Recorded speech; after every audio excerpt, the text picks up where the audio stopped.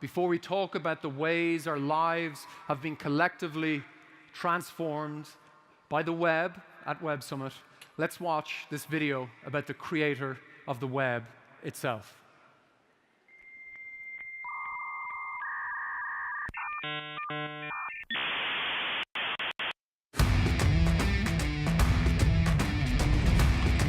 Who invented the World Wide Web?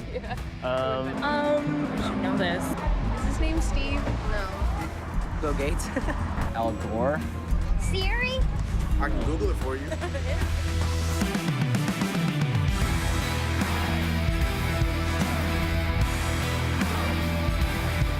He designed the web. He wrote a paper that said, here's what the World Wide Web should look like. The ultimate vehicle for free expression.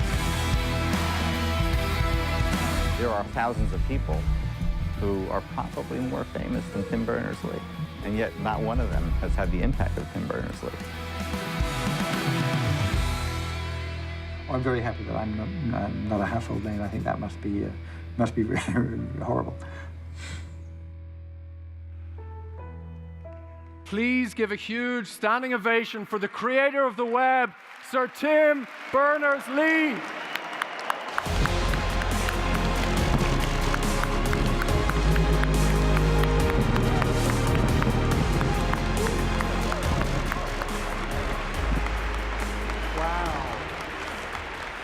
Thank you. Thank you, Web Summit. Thank you, Lisbon. It's great to be back in Lisbon and awesome to be at the Web Summit. So I'm going to bring you, next few minutes, I'm going to bring you to a certain extent some celebration. It's been almost 30 years since I started this web thing. And I'm going to bring you some concerns. And I'm going to ask your help as well. So the arc of this talk is going to be starting off with the inception. Well, you know, for most of you, I probably have to go back and explain that the web and the internet are different, because when in 1989, when I was figuring out the World Wide Web, proposing it, writing a memo about it, the internet had already been around for 20 years. So Vint Cerf and co., they invented the internet back in 1969. Okay, very, very different. For 20 years, the internet had spread amazingly across the world, mainly across America, had to be said. And then, so in 1999, picture me at CERN. I wrote a memo. The memo was about an idea. My boss didn't really have the right to give me a huge global hypertext project on the budget of a physics lab, even though it was a big and really crazy and interesting physics lab. So what he did was allow me to do it as a side project. The neat thing that he allowed me to do, in fact, the excuse, he said, you know, we could use it. You always wanted to buy that next machine, the next computer that Steve Jobs has just designed after leaving Apple. That was the coolest machine around. So why don't we get a couple in? You said you wanted to check out the development environment. So, you know, Objective-C and the neat kernel and optical drives and stuff. And so he said that can be your excuse for developing the web. You can do it to test the development environment. So that's what happened. I got a Next, fired up the interface builder. If you're developing on iPhone now, the interface builder may be pretty similar to the one that originally came from NextStep that I used back in 1989. It was an amazing machine. It was amazing software. And even though it probably ran about 100, the clock speed on that big computer probably was 1/100th of the clock speed on your phone, but great machine. and so I wrote the first web server. I wrote the first web client, the first browser. It was called worldwideweb.app. For a while, I had explained that in the next world.app meant something was an application, and now it's on. Everybody's talking about apps. That was so. Back in those days, if I had to pick one thing about the design, which I think was the most crucial for everybody to preserve, one thing about the design which led to the web taking off in such a way, and that is, it would be the universality. Really important to make the web just a platform, no attitude. It should be independent of what you should not have attitudes to what you should use it for. You should be able to use it for any sort of information. You should use it for in any culture, any language. You should be able to use it with any hardware and any software, any operating system. And so universal in lots of ways. That universality of the web has been key, and it's allowed it to take off. And I have to say, when talking about this arc of of the web, initially, for the first 15 years, it has been a time when most people just expected the web to do great things. They thought, they'll be good and bad, that is humanity. But if you connect humanity with technology, then surely, great things will happen. Yes, great things happen. We got Wikipedia. We got the Khan Academy. We got blogs. We got a feeling of, we got cats. Don't know, where did those come from? But the general feeling was that humanity connected to technology has got to be more communicative, it's got to be more peaceful, more constructive than a humanity disconnected. So why am I talking to you now? Well, if you don't have to talk to each other here, you can go out into the street and you will find that the people, this is the growth curve, by the way, on that computer you saw, the next machine, that was the first web server. This is the number of hits per day as we go through the first 3 years. It's on a log scale. So every year, the log on the first web server was 10 times what it was that day the previous year. So that's a serious exponential growth. It grew by 1,000 times as many hits.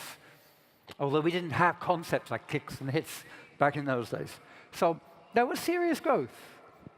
And that optimism, people saw the growth, people assumed that it must lead to better humanity altogether, because after all, if you connect people together, keep the web free and open, which was a battle sometimes with net neutrality and things like that, but we could keep it free and open, and then people would do good things. What could go wrong? So now, looking back, you can. What could go wrong? Well, all kinds of things have gone wrong since. We have fake news. We have problems with privacy. We have problems with abuse of personal data. We have people being profiled in a way that they can be manipulated by clever ads. We can have those ads being taken them to sites where they come across fake communities of fake people who have fake ideas and spread fake truth. So, yeah, there are lots of issues with the web. So why am I talking to you about this now? Why at this particular point should I talk to you about these things? Well, it turns out that we are almost at the point where half the world will be online. I say almost because actually when we planned to do this, I planned to come to Web Service and give this talk, we were going to be celebrating the fact that already more than 50% of the people were online, and we're going to talk about what that meant.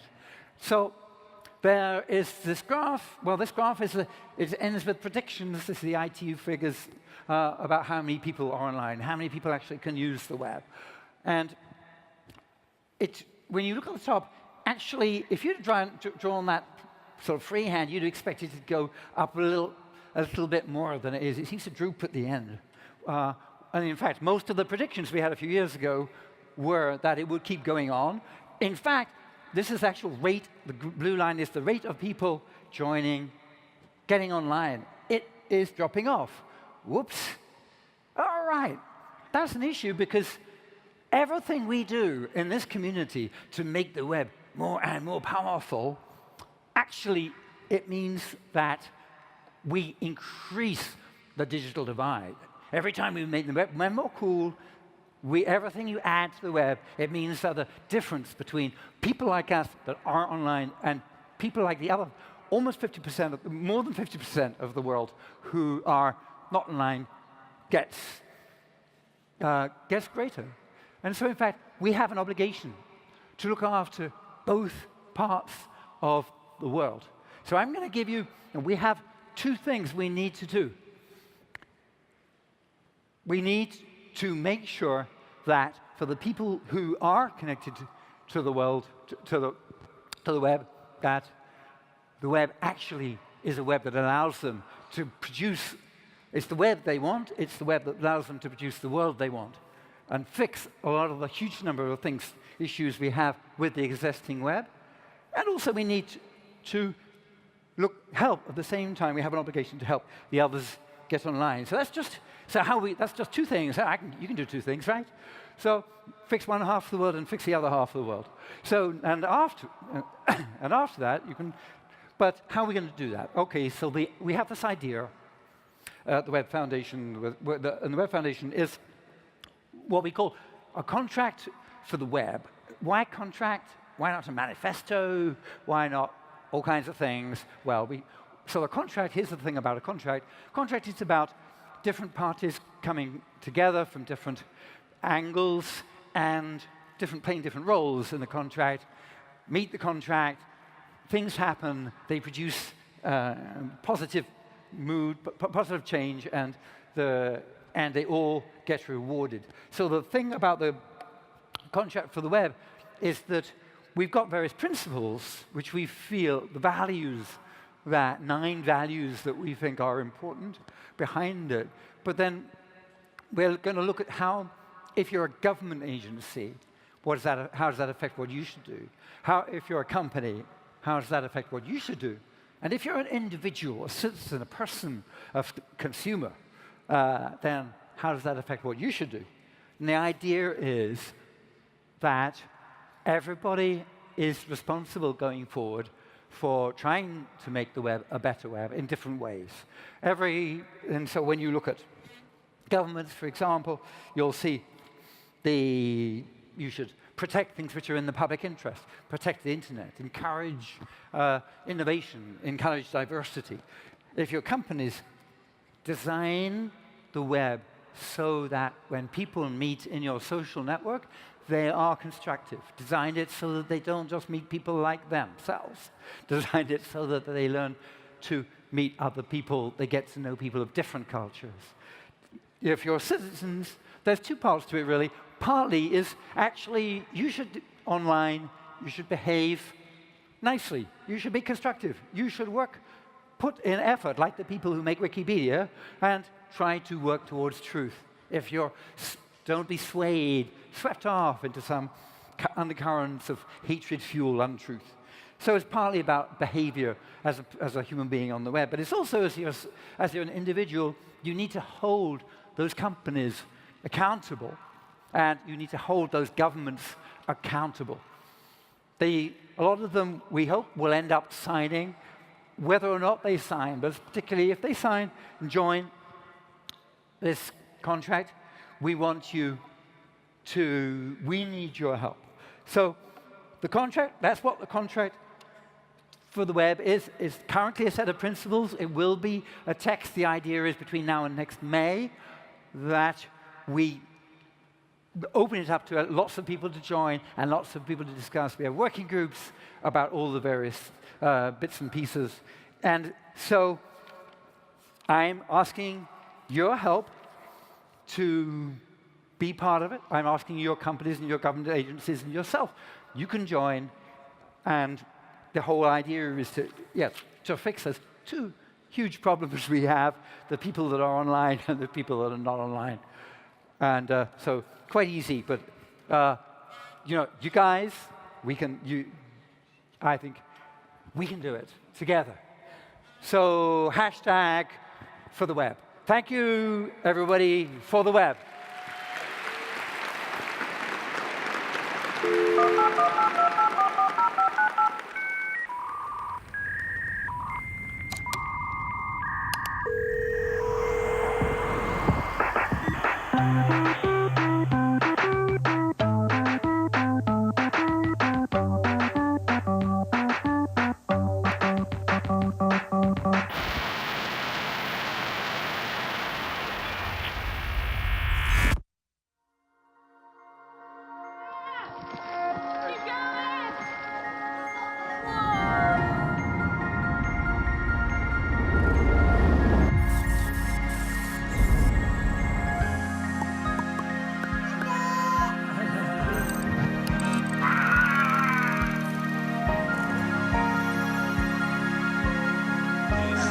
wishes to start a chat.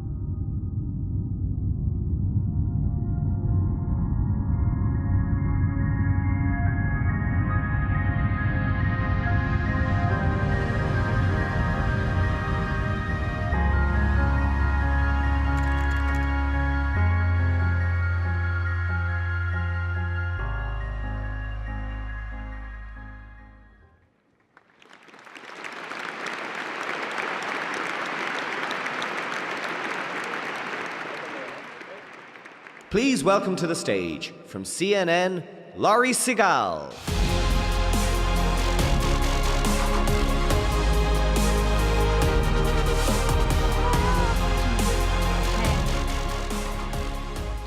Oh, wow. I think everyone who comes out here is going to say, wow. Hi, guys. There's a bit of wow about it. Yeah. This contract for the web, it's incredible to see you out here and putting this out here and asking for more.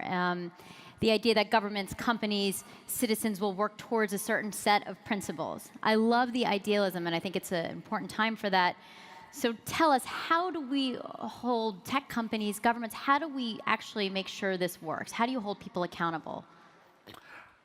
Lots of different ways. I suppose if you're inside a tech company, we've seen recently, people inside tech companies have attitudes respected attitudes about what the company should do. So to a certain extent, you can make sure that the company you're doing from inside, you can make it do the right things. When you look at other companies, obviously from the outside, you can lobby. You can.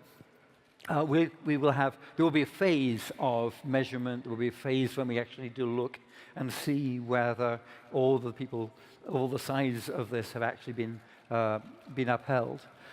But also, I think to a certain extent, it's not just about enforcement. It's about a change of attitude. That just, for example, GDPR in Europe, it's just a regulation in Europe. But what I've seen is that all over the world, the whole conversation about privacy has changed because the conversation has changed by GDPR, and people, all the large companies, no matter which country they're in, are taking GDPR's attitude as their attitude. So I hope that effectively companies and governments will take the for the web contract for the web attitude as their attitude. This is a big question. But we have a big audience, so why not? What do you think, as a leader of the web, what do you think is the single most important ethical issue when it comes to the future of technology and its increasingly complicated intersection with humanity? You know, I would have answered that question easily 10 years ago. I would have said, oh, well, keeping it free and open. The web shouldn't be controlled by anybody. But now, part of the contract for the web is, in a way, a bit of there's a coming of age here. There's a realizing that there are some simple issues we should fight for, like freedom or free speech. But when you actually look at a lot of the issues in the contract, it's actually complicated. So if you want me to pick one and say, this is most important, that would mislead her. Everybody would rush off fighting for that, but then they would then realize the unintended consequences of pushing for anonymity and encryption. Actually, that's all very well. But when you push for anonymity, then what do you do with people who put hate speech online? Where do you draw the line? So it's like, I think there are 9 principles. I'm not going to pick and choose. But I don't want people out there to just pick one.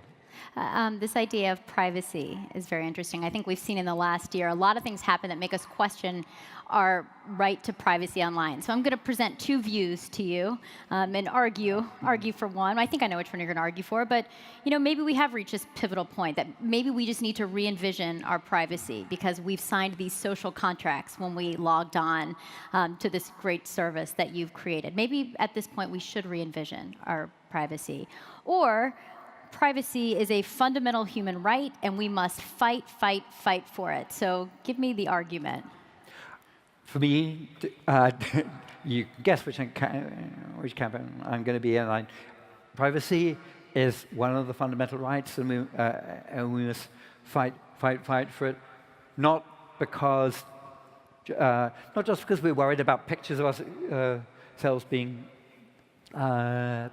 shown to the wrong people or becoming public, because it's all about being able to have to myself the things which I only share with myself, and most things I share with somebody or some people, but being able to actually share with whoever I want, anybody in your family, anybody I work with, people I meet, the power to be able to share anything with anything, to be able to do a deal if I want to with somebody to help me do my shopping, for example. So yeah, definitely I think privacy a fundamental right. Have you seen these tech companies, especially companies like Facebook and Twitter, when it comes to this delicate line between free speech and censorship and them trying to tackle hate speech? Have you seen a change of attitude inside these companies? As the kind of person who goes in and has the off-the-record, behind-closed-doors meetings, have they shifted their mentality over the last couple of years? I think there are a lot of cases, there are some cases, as I say, there are some things which are just simple issues and some which are complex ones, and the limits of free speech are a complex one. In general, I feel what we need to do about that as a community, sometimes as a local community, you might want to, in Lisbon, might want to have discussions about what do people in Lisbon feel are the limits of free speech. But then globally, we need global discussions. It's difficult because different people have different opinions. If you're building a huge software platform, or you're building a little software platform which may become huge later, you need to think about what are the implications. But every line of code you write has this got an implication for free speech. What happens if somebody drags this here and drops this here? Then is that going? No. How is that going to affect people's rights? How is the system, when people take their attitudes about free speech, for example, that they were taught, and they learned in kindergarten, what happens when they come to my platform? How does that apply? Will I need new concepts of free speech? Will I need new concepts of privacy on the platform? Great. Well, we actually have a great group of supporters who have signed the contract, so I want to bring them out and have them explain why. So you guys come on out. Great. Give him a hand.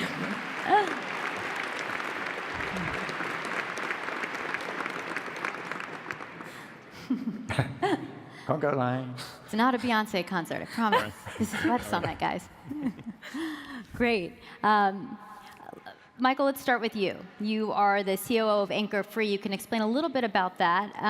Having spent a lot of time in Silicon Valley, I know there are a lot of these dinner table conversations with folks talking about how do we fix things. Yep. How do you think this contract can actually help? Yeah, so I'll introduce Anchor Free real quick. So we build technology to make the internet more private, more secure, more open. So we fight internet censorship. People can get our app directly, or we have an SDK that they use. And so we've distributed that out to about 700 million devices so far.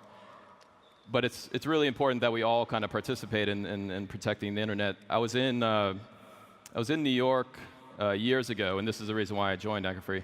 I was in New York when SOPA and PIPA were coming out, and some great leaders in the New York tech community, including Alexis Ohanian and Aaron Swartz and others, kind of rallied us all, and then eventually kind of everybody to fight those laws and protect the internet and allow it to kind of grow and prosper. What that told all of us at that point is actually that is all of our responsibility. I had just left a dating site. Everybody was building their own apps. Some of us had 2 people on our team. Some of us had thousands.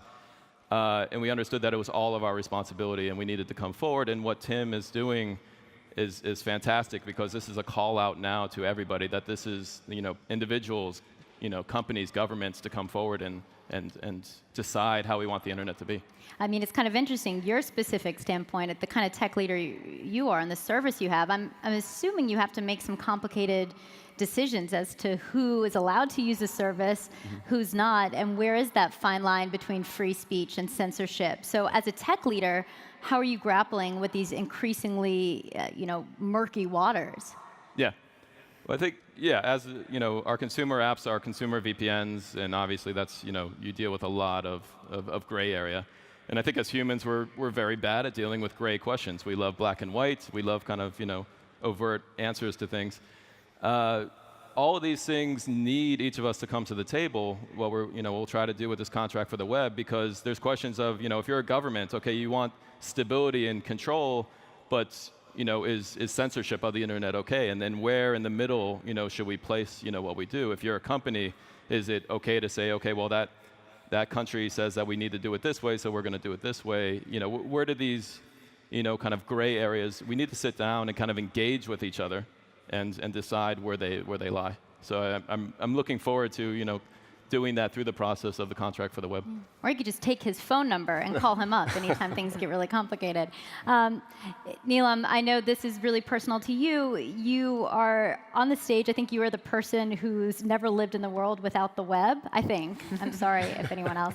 Safe to say. Everyone else seems young too, but you're very young. You're a rising digital activist, so why is this contract personal to you? Sure, thanks, Laurie.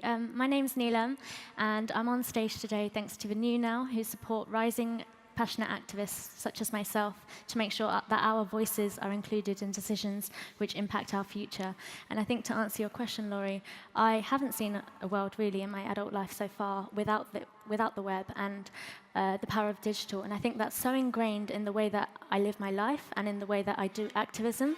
And I think I might have taken that for granted in the sense that I have access to education, I have access to economic opportunity, healthcare, and there are people all around the world, in particular girls and women, who don't have access to these things. But I think what's most important is this access to this sense of community, with which otherwise I wouldn't have been able to start up my own platform which brings social activists together. And I think it's super important. Somebody put it quite nicely to say it's the lottery of life, but it shouldn't be the lottery of life. And I think that's why the New Now stands for the new contract for the web. Great. And yeah, we could clap it. You guys clap.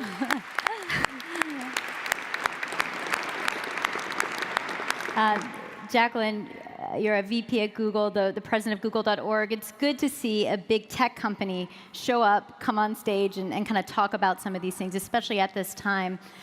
What was the thinking in having Google sign on?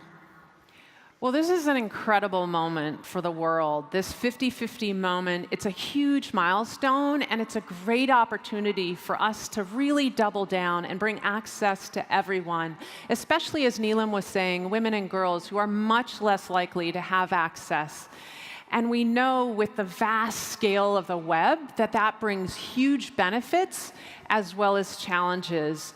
And as Google, we really think the best way to deal with these challenges is to come together collectively and work collaboratively. So that's why we're here at the table. We're working alongside government, social, civic society leaders, other companies, academics, web users. We all need to come together, and that's why Google is supporting the Web Foundation and why we're also very supportive of this new contract. And we think everyone can really get behind these principles and really rally together to protect the free and open web. It's an important time for Google, too. Just last week, you had employees all around the world walking out of the office and protesting for better conditions for women in the workplace. This was an international story, and I personally had friends walking out who felt frustration. So you are a female leader at Google. What has to change? Well, I participated in the walkouts, and I think it was a good moment for us to come together as a company. And I think what we heard as leaders from our women and from allies as well is that we need to do a better job of creating a really safe and inclusive workplace, and we're really committed to doing that. What's your message to women out here who are... Women! We need more women in tech.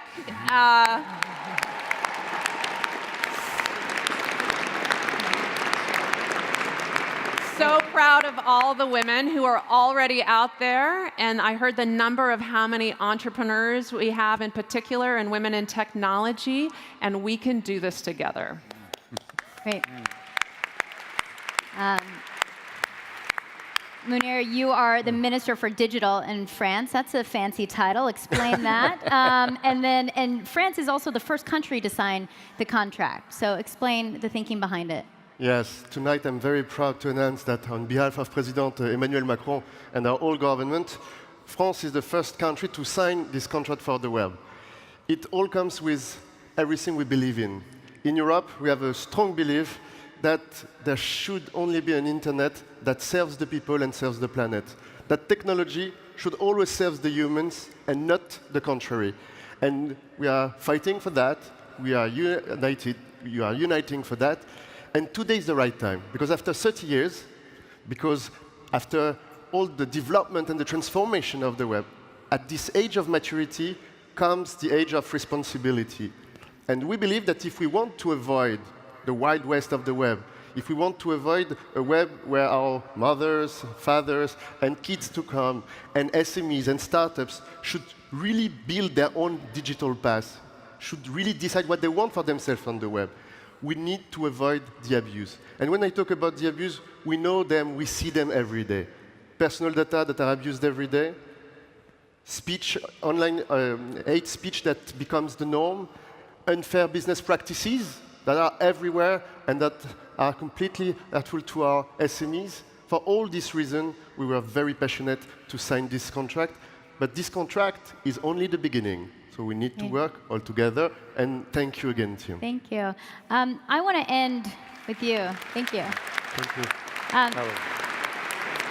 Tim, I want to end with you, and I know we got to wrap.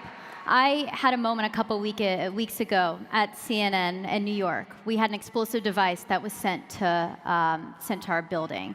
And I remember as we were sitting out there thinking, because a lot of the hate speech was there before, and there were actual threats that emerged offline, and I remember thinking, I feel like we've reached this point where a lot of these clicks and swipes are turning into police sirens. And it certainly felt like an important moment to look at. So because I got you here, because you created the World Wide Web, tell us all, do you think it's going to be okay? I don't need a hug. I'm okay. I'm all right, guys. It's going to be okay. It's going to be okay. Why is it going to be okay? It's going to be okay because these people are going to step back and they're going to put aside all the myths that they're currently taking as being just part of the physics of the way things work. Right? The physics is about an apple drops to a floor, the apples will keep dropping to the floor. People do not only have to be motivated, the systems that people use don't have to be free, they don't have to be, the ad-based funding model doesn't have to work in the same way. It doesn't have to create clickbait. It doesn't have to be the only reason that you get a programming job in order to distract your user from doing what they're trying to do. I think we're looking for a revolution. Yeah, the contract for the web is a bit revolutionary because it says it's about going back to values, and behind that, I think there's a bit of a part of the revolution is about people like you, people who are actually building the web, are taking things into their own hands and saying, I actually want to work on a project where I am acting as the user's agent. I'm going to write code which works for the user, which isn't trying to distract the user. I'm going to write code so that when the user uses their app, there at every point, I try to make the app doing what I would want it to do if I was the user. There's that concept of the technology working for the user, and if you're worried about, if people say there'll never be a funding model for it, just do it anyway. What we used to do in the early days of before the dot-com bust, people used to just do it and worry about the funding model afterwards. We need a bit more of that. Because if enough people, if you generate value, if you serve the user, you are generating so much value, and it is value that your users won't be accustomed to. a pleasant experience reading your articles without being distracted, people won't be accustomed to. They may be shocked. They will realize that, that you've given them a lot of value, and somehow you and your users and the people you work with will get to a better place by throwing away the myths of the previous years. Thanks. Tim Berners-Lee, thank you so much, guys. Thank you. Have a great night. Thanks.